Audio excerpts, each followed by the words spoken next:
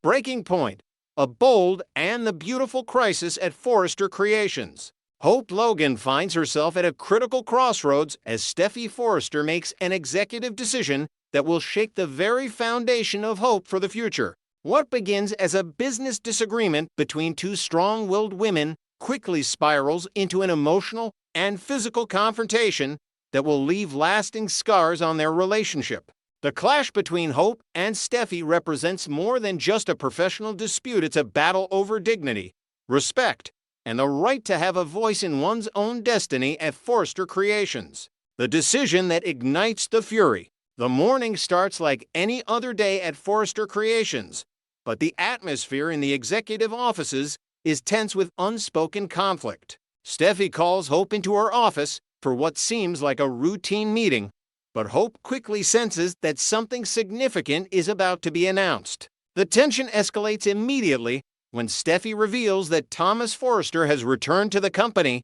and will be taking over as the lead designer for Hope for the future, effectively removing Dick Sharp from his position. Hope's initial reaction is one of shock mixed with disbelief. Her brother Dick has been working hard as a designer on her line, and while Thomas is undoubtedly talented, Hope believes that Dick deserves the opportunity to prove himself. She argues that Dick's position should not be contingent on whether Thomas decides to grace Forrester Creations with his presence. The logic seems sound to Hope. Why should her brother be sacrificed simply because Thomas has had a change of heart about his career? But Steffy, in her role as co-CEO, is unmoved by Hope's emotional appeals. Steffy explains that business decisions cannot be made based on personal feelings or family loyalty. She emphasizes that Thomas is the superior designer and that his return to the company is beneficial for the line's future. When Hope tries to reason with her, suggesting that there might be room for both designers to work together, Steffy shuts down the conversation with finality. There is no negotiation, no compromise, and certainly no room for Hope's input on a decision that directly affects her own fashion line. The explosion of pent-up frustration. What Steffy fails to recognize in this moment is that her decision doesn't exist in a vacuum. Hope has been quietly watching as various family members at Forrester have had their voices silenced or ignored. She has observed Katie Logan being treated similarly dismissed when she raises concerns about company decisions, her professional opinions discounted as if they don't matter. Hope has seen the pattern of Ridge and Brooke making unilateral decisions, while everyone else is expected to fall in line without question. For Hope, Dick's firing becomes the final straw. This isn't just about her brother losing a job. It's about a larger issue of power and respect within Forrester Creations. Hope realizes that despite being the face and founder of Hope for the Future, despite pouring her heart and soul into a line that bears her name and reflects her values, she has no real authority. She is merely a figurehead, a name on a marquee, while the Forrester family makes all the meaningful decisions. As the reality of her powerlessness crashes down on her, Hope's frustration boils over. She begins to argue more forcefully with Steffy, her voice rising as she tries to make her cousin understand the injustice of the situation. Hope points out that she should have some say in who works on her own line, that Dick deserves a fair chance to prove himself, and that Steffy is being unfair and dismissive of her concerns. But with each argument Hope makes, Steffy becomes more entrenched in her position, refusing to budge or even acknowledge Hope's valid points. Words that cut deep. The argument escalates from a professional disagreement to something far more personal and hurtful. Words are exchanged that go beyond the immediate issue of Dick's employment. Steffy, in her frustration, makes comments that suggest Hope is being selfish, that her concern for her brother is clouding her judgment about what's best for the company. She implies that Hope isn't qualified to make these decisions, that she needs to trust the leadership of those with more experience and authority. For Hope, these words sting far deeper than any professional criticism could. She has always tried to do right by her line, to maintain ethical standards and treat people fairly. To be told that her judgment is wrong, that she's being unreasonable simply because she's advocating for her own family member, feels like a betrayal. She questions whether Steffy ever really valued her contributions to Forrester Creations or if she has always viewed Hope as someone to be managed rather than respected as an equal. Hope, in her anger, responds with cutting remarks of her own. She questions Steffy's right to make decisions about her line, reminds her that hope for the future was her vision and her creation, and suggests that Steffy is more interested in consolidating power than in what's genuinely best for the company. The words exchanged between them are harsh, accusatory, and deeply personal, the kind of things that cannot be easily taken back or forgotten. The physical confrontation. As the verbal argument reaches its peak, the tension between them becomes almost unbearable. The office suddenly feels too small, too confined, as if the very walls are closing in on both women. When Steffy makes a particularly dismissive comment, suggesting that Hope is simply throwing a tantrum like a spoiled child, something inside Hope snaps. Years of frustration, of having her voice dismissed, of watching decisions be made about her line without her input, of feeling undervalued and disrespected, it all comes to a breaking point in a single moment. Without conscious thought, acting purely on emotion and raw anger, Hope raises her hand and slaps Steffy across the face. The sound echoes through the office, shocking both women into a stunned silence. For a moment, neither of them moves. The physical act of violence, while perhaps not severe, represents a crossing of a line that had previously existed only in words and arguments. Steffy's hand instinctively goes to her cheek, her expression shifting from shock to anger. The violation of the physical boundary between them transforms this conflict from a heated argument into something far more serious and irreparable. The moment of no return. In the seconds following the slap, Hope feels a rush of emotions: anger, shame, regret, and defiance all mixed together. Part of her knows immediately that she has crossed a line she cannot uncross, that this physical act of violence, however spontaneous and provoked it might have felt, represents a fundamental breakdown in their relationship. The other part of her is still burning with the injustice of the situation, still angry at Steffy's dismissiveness and refusal to listen. Steffy's response is immediate and cold. Any possibility of reconciliation or compromise in that moment seems to evaporate. The look in her eyes shifts from hurt to something harder, more final. She tells Hope that she can no longer work with her, that she cannot trust her, and that there is no room for someone who would resort to violence in a professional setting. The decision has been made, and it is irreversible. Hope's exit from Forrester Creations, with nowhere left to turn and nothing left to say that could possibly repair the damage.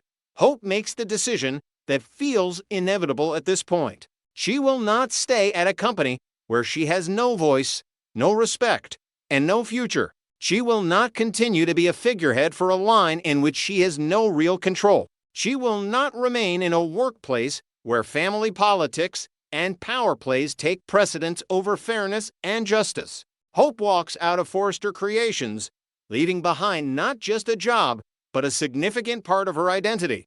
Hope for the future, the line she created as an expression of her values and vision, is no longer hers in any meaningful way. The realization that she has lost her flagship project, her professional home, and her place within the Forrester family structure is devastating and profound. As she exits the building, Hope is left to grapple with the consequences of her actions and the larger questions they raise. What happens now to her career, her financial security, and her relationship with her family?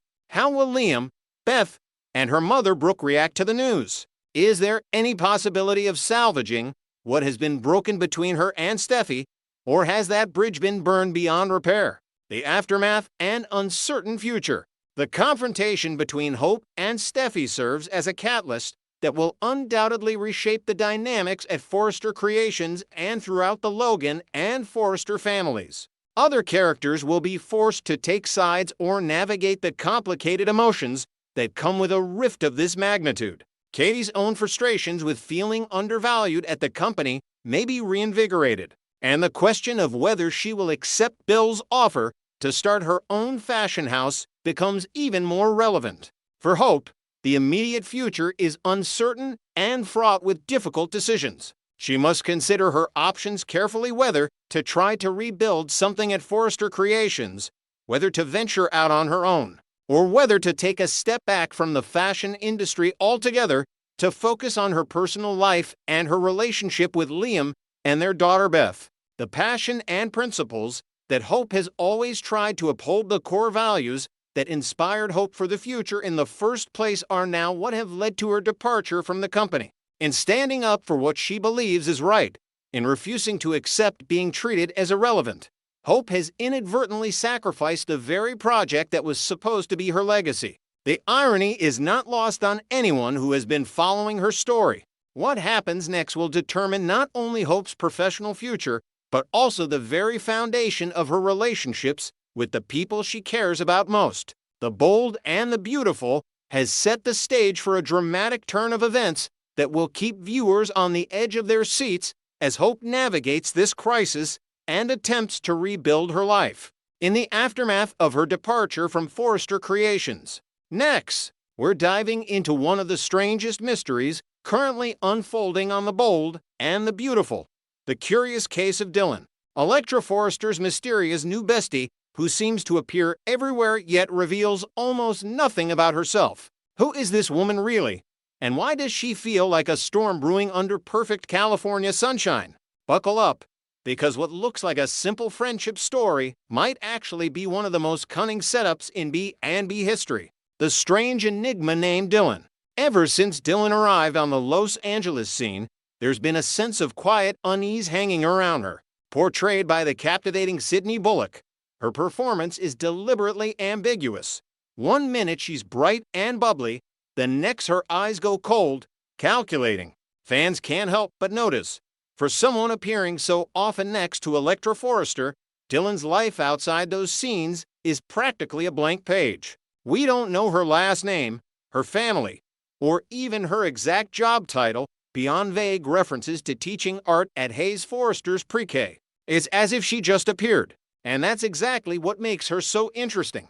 The B&B writers rarely leave things unresolved for long without good reason, so this shadowy introduction feels like the beginning of something much bigger. In Soapland, a character with no past is often the one hiding the most explosive secret. A weekend of secrets at the beach house. According to next week's spoilers, Electra will invite Dylan for a girls' weekend at Will Spencer's stunning beachfront property. On the surface, it's all sunshine and sisterhood.